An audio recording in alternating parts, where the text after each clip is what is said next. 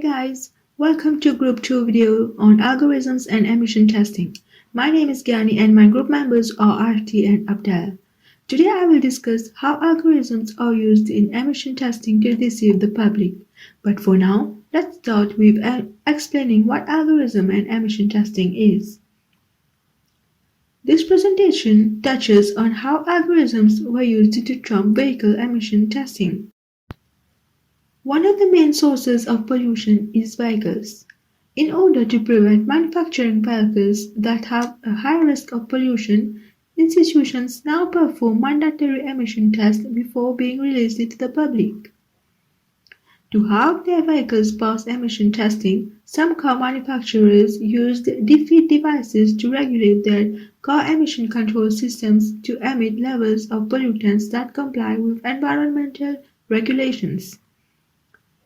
When it determines that the car is not being tested, it reduces the function or not turning the car's emission control system. On the other hand, once it determines that the car is being tested, it optimizes or keeps the emission control system on. The use of defeat devices is illegal. However, car manufacturers found a loophole in the regulation that let them use them by claiming that they are needed to protect their engines. Opel did this by providing reasonable support for the use of every mechanism in its defeat system, effectively managing to comply with regulations on technicalities. This image explains how the defeat device works. This presentation focuses on the group notorious one, the Volkswagen Group. In order to achieve this, they used the car's engine control unit, ECU, which monitors, senses, and controls actuators, allowing for a precise control of the engine's functioning. The ECU is essentially the car's main computer and is in charge of the emission control system.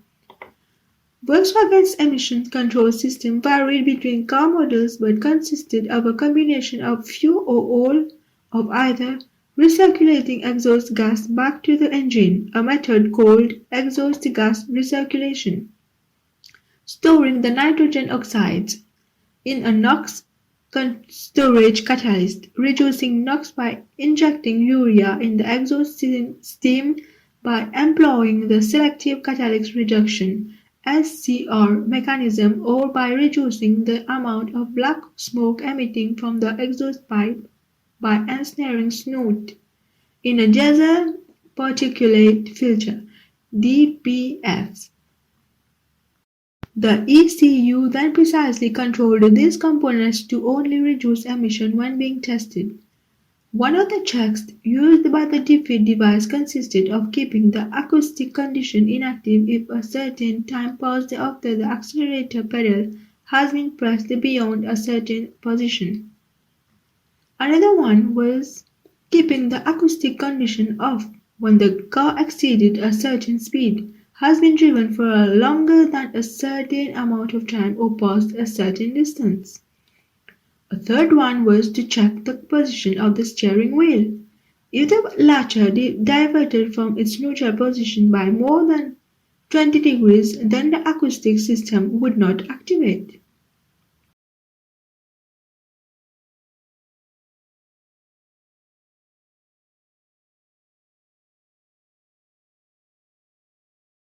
Possibly equating the sum of UK's NOx emissions from all major sources, therefore gravely polluting the environment.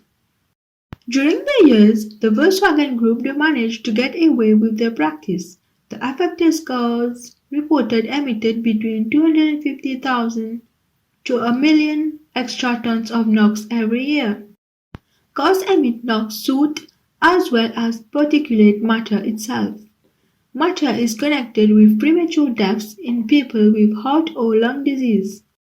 NOx alone can create breathing problems, but when combined with other compounds and sunlight, it creates ground-level ozone, which is linked to serious health issues, such as chronic obstructive. NOx alone can create breathing problems, but when combined with other compounds and sunlight, it creates ground-level ozone, which is linked to serious health issues.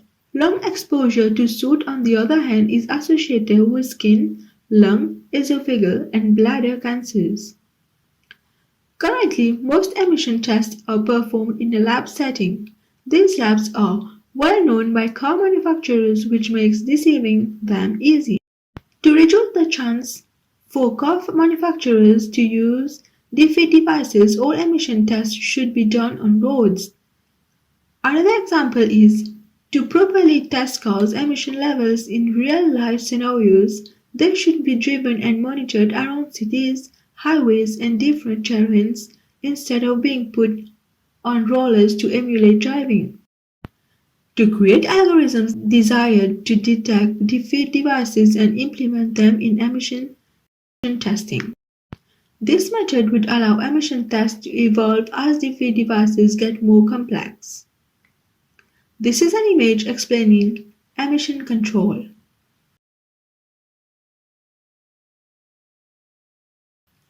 An exam question is, give an example when algorithms have been used to intentionally deceive.